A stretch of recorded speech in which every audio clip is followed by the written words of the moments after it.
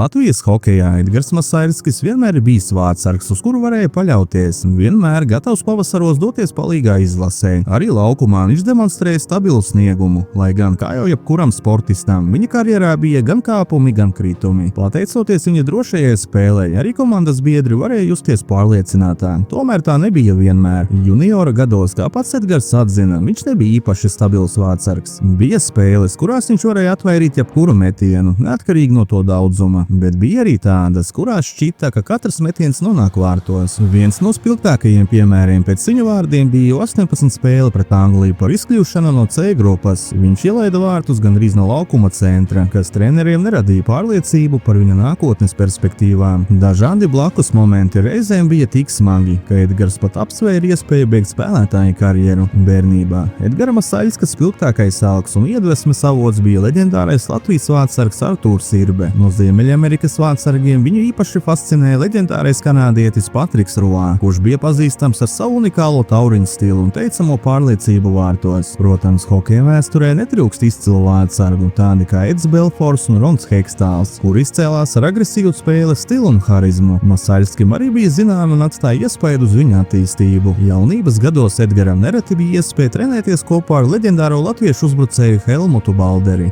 Lai gan Balderis jau bija krietni gados, viņš joprojām demonstrēja fantastisku meistarību un slidojumu. Viens pret viens situācijās Edgaram praktiski nebija izredžu. Balderis vienmēr atrada veidu, kā apspēlēt un gūt vārtus. Masaiskis vēlāk atzina, ka Baldera veiklība un tehnika uz ledus bija iespaidīga, un viņš noteikti bija viens no labākajiem slidotājiem savā laikā. Perfekta virziena maiņa, precīzi nulles tehnika un neticams darbs, kas ieguldīts, lai sasniegtu šo līmeni. Taču, kā uzsvēra Edgars, lai gan smags darbs ir panākuma atslēga, bez talanta tik augstā līmenī neiztikt. Savas profesionālā hokeista gaitas Edgars Masaiskis uzsāka Liepājas Metalurgā, sākotnēji būdams dublieris tā laika stabilajam un vairāk pieredzējušajam vārtsargam Dmitrijam Žabotinskim, kurš vēlāk pārcēlās uz Rīga 2000 un pēc tam arī uz ASK Ogre. 2002.03. gada sezonā 22 gadus jaunais Masaiskis izmēģināja spēkus Krievijas klubā Sibīri, taču laukumā tika reti un pēc 4 aizvadītiem mačiem atstāja komandu. Viņš turpināja meklēt iespējas ārzemēs un izlaicīgi spēlēja Zviedrijas Allsvenskan līgā, kur tajā laikā bija vēl viens Latvijas hokejists Aleksandrs Semjonovs. Tomēr drīz vien Edgars atgriezās Liepājā, kur atkal pievienojās Metalurgam. Šī atgriešanās izvērtās veiksmīga. Masaiskis palīdzēja komandai izcīnīt gan Latvijas čempionu titulu, gan triumfēt Austrumeiropas hokeja līgā. Viņa sniegums netika palicis nepamanīts. Sezonas noslēgumā Edgars tika atzīts par labāko vārtsargu, apliecinot, ka ir gatavs spērt nākamo soli savā karjerā. Edgars Masaiskis savu debiju Latvijas izlases sastāvā piedzīvoja spēlē pret Franciju, pret to pašu izlasi, pret kuru 2015. gadā viņš kļuva par varoni, pēdējās sekundēs glābjot Latviju no izkrišanas no elites divīzijas. Tobrīd pašā pamatlaika izskaņā pēc Kristapa Sotnieka kļūdas 1-pret Masaiski izskrēja franču uzbrucējs Žiļēns Derosjē. Spēles likme bija milzīga. Zaudējums nozīmētu kritienu uz zemāku divīziju. Masaiskis apliecināja savu meistarību un augstasinību, atvairot šo izšķirošo izgājienu. Pagarinājumā abas komandas trāpīja pa vārtu stabiem, bet pēc spēles metienos pārāki bija Francijas hokejisti. Par laimi ar to pietika. Latvija saglabāja vietu elitē, bet Austrijas izlase tika izslēgta no augstākās divīzijas. Nezinu, kāda elektrība un kurā vietā iespējas Sotniekam, bet labi, ka tā. Pateicu viņam, ka gandrīz aizsūtīja mūs uz B grupu. Pēdējās sekundēs ir viegli pieņemt nepareizu lēmumu, bet labi, ka tā viss beidzās. Ne jau viņš to speciāli darīja, tā gadījās. Paldies Dievam, ka arī tas cilvēks apjuka un iemeta man vēderā, pēc spēles teica Masaiskis. 2004. gada pavasarī Edgars Masaiskis debitēja pasaules čempionātā ar augsta līmeņa pārbaudījumu. Spēli pret Čehijas izlasi, kuras sastāvā bija tādi elites hokejisti kā Mārtiņš Havlāts, Vaclavs Prospāls, Mārtiņš Straka un, protams, pasaules hokeja leģenda Jaromirs Jāgars, kurš neticami turpina spēlēt arī šodien. Neskatoties uz Latvijas zaudējumu ar 1-3, Masaiskis demonstrēja ļoti labu sniegumu, kas nepalika nepamanīts, jo tuvāko dienu laikā viņš parakstīja līgumu uz 2 sezonām ar Čehijas ekstralīgas klubu Enerģija Karlovy Vary. Tajā laikā Enerģija nebija starp Čehijas līgas grandiem. 2003.04. gada sezonā komanda 14 klubu konkurencē ierindojās 12. vietā, gūstot 114 vārtus un ielaižot 143. Nākamajā sezonā Masaiskis nonāca situācijā, kurā nācās spēlēt 3 dažādu komandu sastāvos. Sezonas lielāko daļu viņš pavadīja hokeja klubā Dukla Ihlavā, kas tobrīd bija viena no vājākajām komandām līgā. Masaļskis regulāri atvairīja vairākus desmitus metienu mačā, taču pat viņa sniegums vārtos neglāba Dukla no izkrišanas uz zemāku līgu. Pēc vairākām īrēm Edgars atgriezās Karlovī Varīs sastāvā, kur sezonas sākumā aizvadīja 5 spēles. Šajā laikā komanda uzlaboja savu sniegumu un 2004.05. gada sezonu noslēdz 10. vietā 14 komandu konkurencē. Nākamo sezonu Edgars Masaļskis aizvadīja Krievijas augstākajā līgā, tobrīd otrajā spēcīgākajā līgā iz Superlīgas Aļmeķevskas Nefteņiks sastāvā. Viņš demonstrēja stabilu sniegumu un cerēja, ka pēc sezonas par viņu interesi izrādīs augstāka līmeņa klubi, piemēram, no Krievijas Superlīgas. Taču realitāte izrādījās citādāk. Daudzu komandu vadītāji un skauti lielu uzmanību pievērsa ne tikai klubu sezonai, bet arī spēlētāju sniegumam pasaules čempionātā, kur šoreiz Masaļskim nebija veiksmīgākais turnīrs. Tajā gadā Latvijas izlase vadīja Pjotrs Vorobjovs, un pēc Edgara domām treneris jau iepriekš bija uzlicis krustu viņa iespējām komandā. Bija situācija, kad uz spēli pārģērbos tikai dažas minūtes pirms tās sākuma, atceras Masaļskis. Pēc sezonas Ņepķeņika rindās viņam neizdevās atrast jaunu komandu, un, lai saglabātu spēļu praksi, viņš noslēdz īstermiņa 2 mēnešu līgumu ar Freiburgas klubu, kas tolaik spēlēja Vācijas 3. līgā. Freiburgas klubs bija labi pazīstams, kas iepriekš bija spēlējis Vācijas augstākajā līgā, un savulaik tur spēlējis arī Oļegs Znaroks. Taču pieredze Vācijā Masaļskim neizrādījās no patīkamākajām. Klubs palika viņam parādā algu. Neskatoties uz finansiālajām problēmām, Masaļskis laukumā aizvadīja 13 spēles, kuru laikā vidēji spēlēja ielaida 3,85 vārtus. Uz to brīdi Freiburga izcīnīja 7 uzvaras, piedzīvoja 4 zaudējumus un atradās 5. vietā 14 komandu konkurencē. Sezona bija ļoti saraustīta. Papildus spēlēm Vācijā Masaļskis aizvadīja arī par 3 spēlēm Baltkrievijas čempionāta klubos Minskas Junaists un Minskas Dinamo, cenšoties uzturēt spēļu praksi un atrast stabilu vietu profesionālajā hokejā. Gadu pirms Rīgas Dinamo atzimšanas Edgars Masaļskis pievienojās Žlobinas Metalurga sastāvam, kas aizvadītajā sezonā Baltkrievijas čempionātā ieņēma 8. vietu, 50 spēlēs sakrājot 62 punktus. Izslēgšanas spēļu pirmajā kārtā Metalurga ar 1-3 sērijā piekāpās Minskas Karamin, noslēdzot savu sezonu. Kad sākās Rīgas Dinamo atzimšanas process, Masaļskim izdevās veiksmīgi iekļauties sastāvā, taču viss sabruka jau sezonas sākumā incidenta dēļ Vecrīgā. Bijušais Latvijas izlases hokejists Oļegs Sorokins Sporta centra.com raidījumā Eksi atklāja detaļas par to, ka 2008. gada septembrī Edgars Masaļskis Vecrīgā guva kājas lūzumu. Pēc šī negadījuma Dinamo vadība nolēma pārtraukt līgumu, lai atbrīvotu vietu citam vārtsargam, taču ilgtermiņā klubs joprojām cerēja uz Masaļska atgriešanos. Es varētu izstāstīt to Masaļska lausto kāju Vecrīgā. Un, tur droši vien no tā visa, droši vien es laikam esmu tas, kurš zina visvairāk. Jo mēs bijām, var sakot, kur tas ir tas, kur tu no Magdana agrāk saucās, kas... bija tas Pepsi. Tur prasām reku pie basketbols. Jā, bija tas Pepsi forums un šitas te Bulciņām bija, kā viņš saucās, tas bārs. Roxy tur bija pretī. Madhouse. Mēs bijām te Madhouse.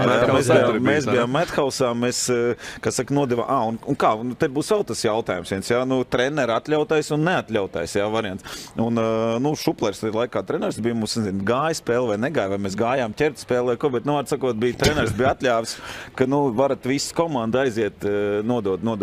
Mēs arī, protams, visu komandu arī aizgājām un nodevām. Un tagad uz rīta pusi tur iet visi čaļi prom, mēs trietā esam palikuši es Masalo un Ankipāns Ģietis Čičiks, jā. Un mēs tur nezinu kā un ko, tagad plus mīnus bārs taisās ciet.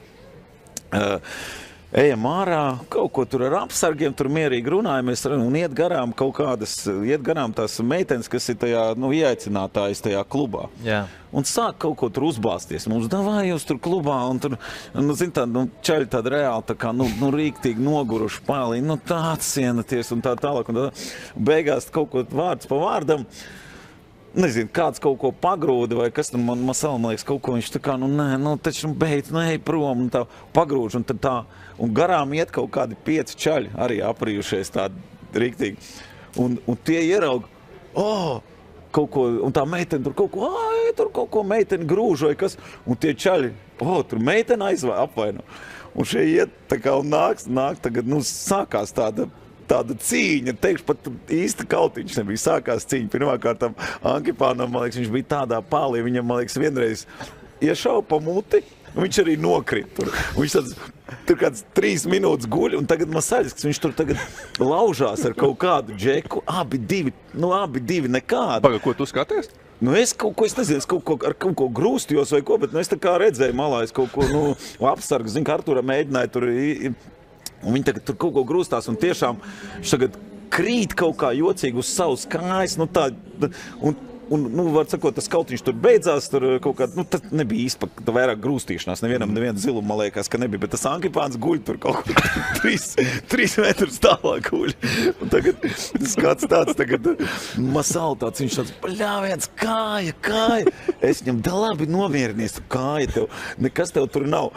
Zin kā, un viņš tagad guļ, un tagad, neko tur, un nāk kaut kāda, tie tagad čaļi aiziet, tur apsargs kaut kā, tur tās meitenes arī ir prom.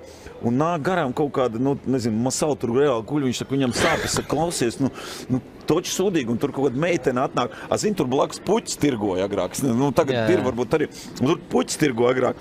Un tagad Masaļskis, viņš guļ, mēs viņam tur, kas tev to kā, viņš saka, Saroka, baigies sūdi, baigi reāli. Es saku, labi, gan jau būs kārtībā, saucam tur taksi, kaut ko saucam taksi, kamēr taksis brauc tur kaut meitene arī viņam, kas tev Edgar un tā, un šitā.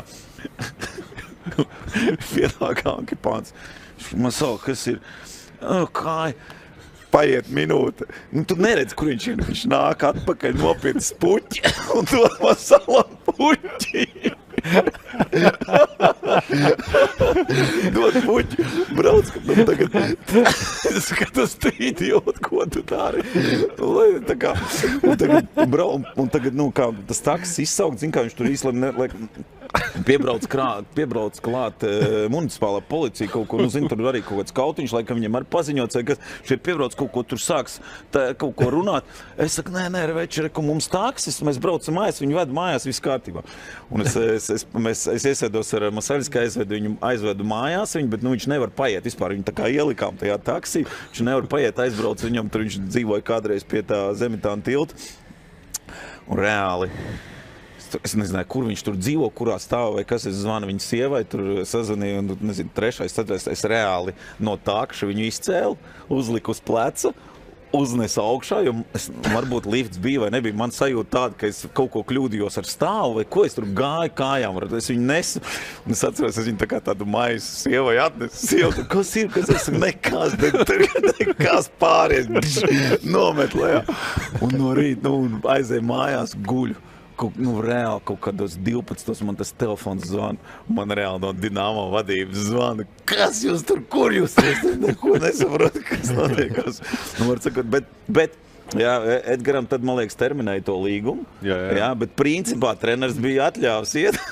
Ja tā rausījos. Lai gan finansiāli viņš zaudēja daudz, karjeras ziņā šis incidents izrādījās pat vērtīgs mācību process. Tas lika viņam pārskatīt savu attieksmi, jo viņš saprata, ka būt talantīgam vārdsargam tas nav pašsaprotami. Tā ir iespēja, kas jānovērtē. Edgars sāka nopietnāk attiekties pret savu karjeru, vairāk analizēt savas spēles, skatīties hokeja mačus, un šī jauna apziņa viņam palīdzēja kļūt par labākam un apzinīgākam nākotnē. 2009. gada februārī Edgars Masaļskis debitēja Vācijas augstākajā hokeja līgā, taču pirmā spēle nebija veiksmīga. Līgas pastarīšu duelī viņa pārstāvētais Dīsburgas klubs ar 3-7 piekāpās Keselas Huskies, bet Masaļskis laukumā spēlēja visas 60 minūtes, atvairot 29 no 36 metieniem. Dīsburgas komanda tobrīd atradās pārliecinoši pēdējā vietā 16 komandu konkurencē, par 17 punktiem atpaliekot no tuvākā konkurenta. Sezonas turpinājumā Masaļskis aizvadīja 16 spēles, vidēji ielaižot 4,55 ripas mačā. 2009.–2010. gada sezonā Rīgas Dinamo deva Masaļskim otru iespēju, viņš to izmantoja pilnībā.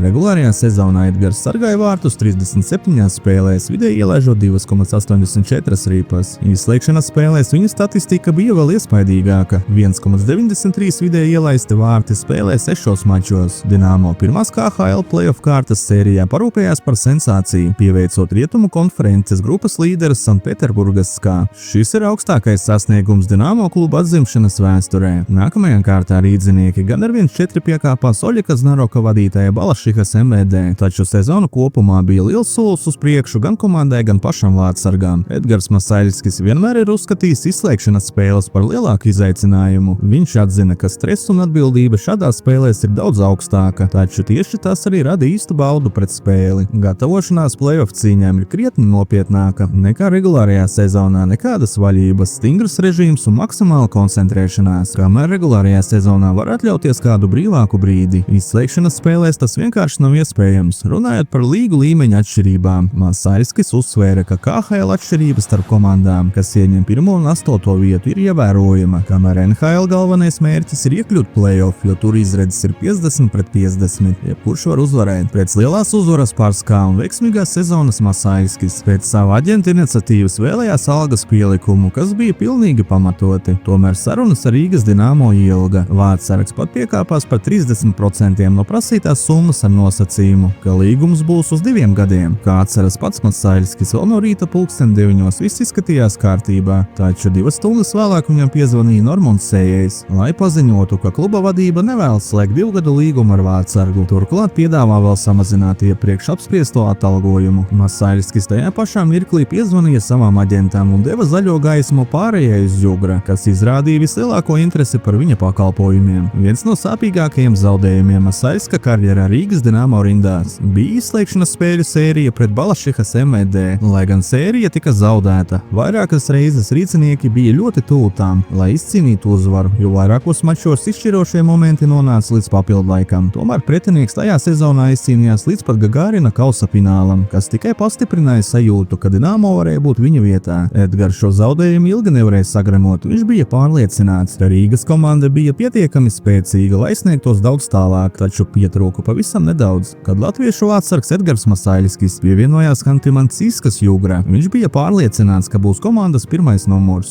Taču drīz vien atklājās, ka organizācija piesaistījusi krievu vārtsargu Mihailu Birjukovu, radot nopietnu konkurenci vārtsargu postenī. Pirmie 2 gadi Jugras sastāvā bija ļoti veiksmīgi gan rezultātu ziņā, gan komandas atmosfēras dēļ. Klubs tika norakstīts vēl pirms sezonas sākuma, jo komandas kodolu veidoja spēlētāji no VHL, kas ir līmeni zemāk par KHL. Tomēr kolektīvs izrādījās sīksts, saliedēts un gatavs cīnīties viens par otru. 2010.–11. gada sezona Jugras sastāvam bija pieklājīga pieredze arī ārpus Krievijas. 113 spēles Nacionālajā hokeja līgā, 815 spēles Amerikas hokeja līgā, 82 mači pasaules čempionātos un olimpiskajās spēlēs, 2517 spēles kontinentālajā hokeja līgā. Tas nozīmē, ka komanda nepretendēja uz Gagārina kausu, bet bija bīstams pretinieks jebkuram favorītam, un veiksmes gadījumā varēja aizsniegties ļoti tālu. 2011. gada 7. decembrī Masaiļskis ar 31 atvairītu metienu palīdzēja Hantimansiskas Jugra izcīnīt vēsturisku uzvaru pār Maskavas CSKA 3-2, pirmo reizi kluba pastāvēšanas vēsturē. 2011.–12. gada regulārajā sezonā Masaiļskis spēlēja 19 mačos, kur vidēji savos vārtos ielaida 2,53 ripas, atvairot 91,6% pretinieku metienu. Savukārt Gagārina kausa izcīņā viņš 3 spēlēs ielaida 1,36 ripas, atvairot 95,8% metienu. Pirmajās 2 sezonās ambiciozā komanda spēja iekļūt izslēgšanas spēlēs, taču 3. gadā kļuva par ēnu pašai sev. Sekmes bija krietni pieticīgākas. Masaiļska pēdējā sezona Jugra rindās nebija tik veiksmīga, kā viņš būtu vēlējies. Rezultāti kritās un komandas ķīmija vairs nebija tik stipra kā iepriekš. Lai uzlabotu mikroklimatu, hokejisti vairāk kārt devās uz kopīgām saliedēšanās reizēm bārā. Sākumā tas deva pozitīvu efektu, taču, kad tas kļuva par ieradumu, iegūms vairs nebija tik acīmredzams. Masaiļskis uzskata, ka dažkārt alkohols palīdz atraisīties, un šādās reizēs komandas biedri var izrunāt lietas, ko ikdienā noklusē vai neuzdrošinās pateikt. Taču galvenais ir kolektīva kopā sanākšana un atklāta saruna, nevis paši dzērieni. Saliedētība rodas no komunikācijas, nevis no tā, kas atrodas glāzēs, pēc vārtsargu komplektācijas izmaiņām un vēlmes pamainīt vidi. Masaiļskis gaidīja piedāvājumus no citiem KHL klubiem, taču sezonai sākoties jaunu līgumu nebija atradis. Novembrī viņš piedalījās Latvijas izlases pārbaudes spēlēs pret Krieviju, taču 2. mača laikā piedzīvoja sadursmi ar pretinieku, kas rezultējās smadzeņu satricinājumā.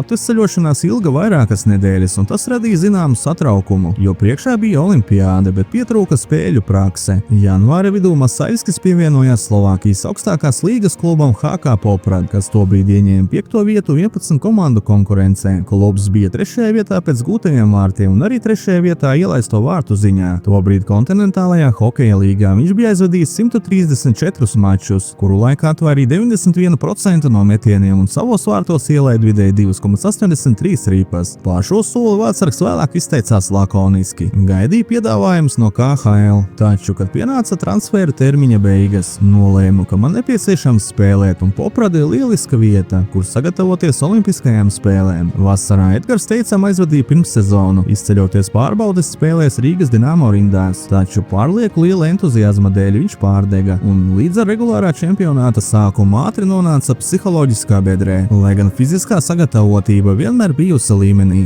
Dažas neveiksmīgas spēles sezonas sākumā izraisīja šaubas par saviem spēkiem, kas Vācargam ir īpaši kritisks brīdis. Neskatoties uz to, ka pirmssezonas turnīros viņš bija viens no labākajiem, klubs pieņēma lēmumu viņu atlaist. Pēc mēneša bez treniņiem, restartējoties gan psiholoģiski, gan fiziski, Masaļskis devās uz Šveici, kur ātri iegāja formā un lieliski iesaistījās komandas ritmā. Laikam jau reizēm vajag nelielu pauzi, lai galvā viss saliktos pa pareizajiem plauktiņiem. Šveicē Masaļskis aizvadīja 10 spēles. Tajā pašā sezonā Šveices augstākajā līgā spēlēja vēl 2 latviešu vārtsargi – Elvis Merzļikins un Ivars Pumenovs. Masaļskis vienmēr uzskatīja, ka vasaras starpsezonā vismaz mēnesim ir jābūt pilnībā brīvam. Dažādu apstākļu dēļ tas reizēm varēja ievilkties, taču nesagatavojies viņš nekad neieradās komandas rīcībā, jo zināja savas robežas. Viņa prāt galvenais ir ievērot mērenību, gan ēšanā, gan atpūtā, gan socializēšanās ar draugiem un radiniekiem. Ja formēšanas gados ir ielikta laba fiziskā bāze, tā nekur nepazudīs. Atliek tikai turēt sevi tonusā, gluži kā krāsni, kurā laiku pa laikam jāiemet pagale, lai tā turpinātu degt. Vienīgo reizi karjerā Edgaram bija pārbaudas līgums Ozolniekos. Salīdzinoši vieglā režīmā trenējoties, viņš ļoti labi aizvadīja savstarpējās pārbaudes spēles pret vasaras Lada hokeistu izlasi. Pēc tā saucamās treniņu spēles viens no Lada vārtsargiem pārkāpa treniņu režīmu un tika atlaists. Ar Tābola komandai bija nepieciešams spēlējušs vārtsargs, un viņi atcerējās par Edžu, piedāvājot viņam īstu pārbaudes līgumu. Rezultātā pat ar salauztu pirkstu viņš nokļuva KHL komandā, un šī, iespējams, bija viņa labākā sezona karjerā. 38 kontinentālās hokeja līgas spēlēs Edgars Masaļskis vidēji zaudēja tikai 2,22 vārtus. Dzīvē mēs gadīties visādi. Nejaušība var pārtapt par kaut ko lielu un nozīmīgu. Turpretī lielas cerības un pārliecība var sabrukt vienā mirklī kā kāršu namiņš. Nekad nevar zināt, kas tevi sagaida rītdien. Masaļskis nebija apvainojies, ka Lada līgumu ar viņu parakstīja tikai pēc pārbaudas laika, jo par pieredzi nevienu vārtsargu nenolīgst. Man vairs nav 25, bet 35 gadi. Neredzu neko sliktu, ja man jāpierāda, ka joprojām spēju spēlēt hokeju, sacīja vārtsargs. Edgara vīzija vienmēr bijusi skaidra. Galvenais ir spēlēt labi un stabili, lai komanda iekļūtu izslēgšanas spēlēs. No tā ir atkarīga ne tikai komandas, bet arī viņa paša un ģimenes labklājība. Īpaši svarīgi tas ir vārtsargam, kurš var būt izšķirošais faktors komandas ceļā uz izslēgšanas spēlēm. To Edgars vienmēr ļoti labi apzinājās, jo labāk klubs spēlē, jo lielāka vērtība visiem, tostarp arī pašam vārtsargam.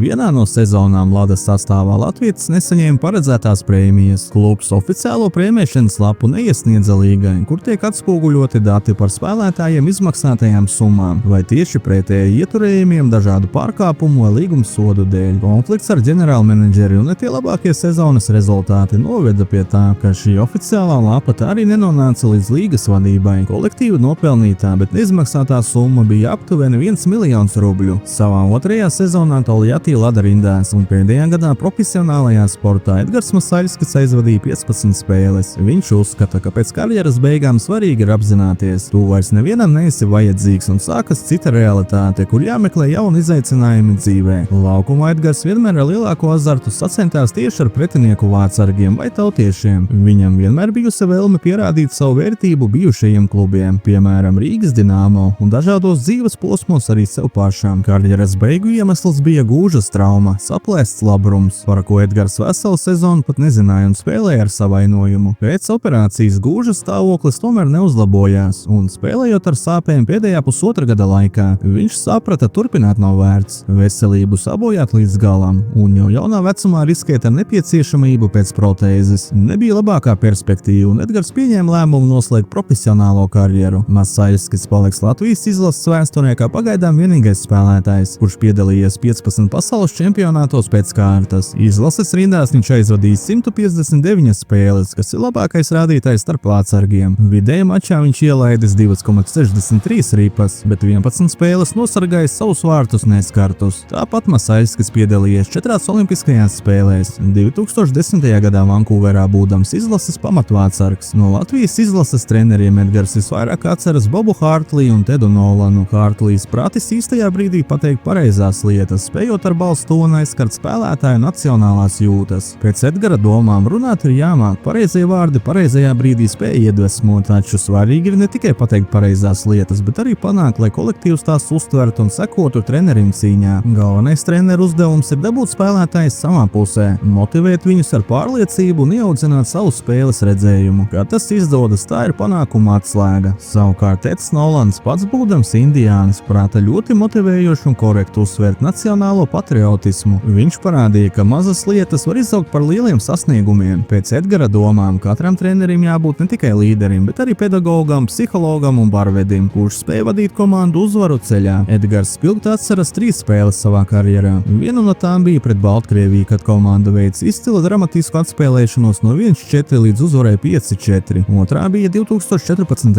gadā, kad Latvijas izlasē un Kasparam Daugoviņam tika liegts gūt vārtus, kas izraisīja Edgarā dusmas. Godīgi sakot, viņam tajā brīdī bija vēlme ar visu spēku mēģināt nosist tiesnesi ar savu nūju. Protams, vispilgtāk atmiņā palikusi ir epizode pret Franciju, kuru jau pieminēja sākumā. Edgars atzīst, ka pa šīm 3 sekundēm, kamēr pretinieks lidoja uz vārtu pusi, viņam prātā bija daudz domas un pārdomas, taču lielākā rūgtuma sajūta paliek, ja tiek zaudēts sezonas pēdējā spēlē papildu laikā ar metienu, kas ielaižot vārtus noslēdz visu sezonu.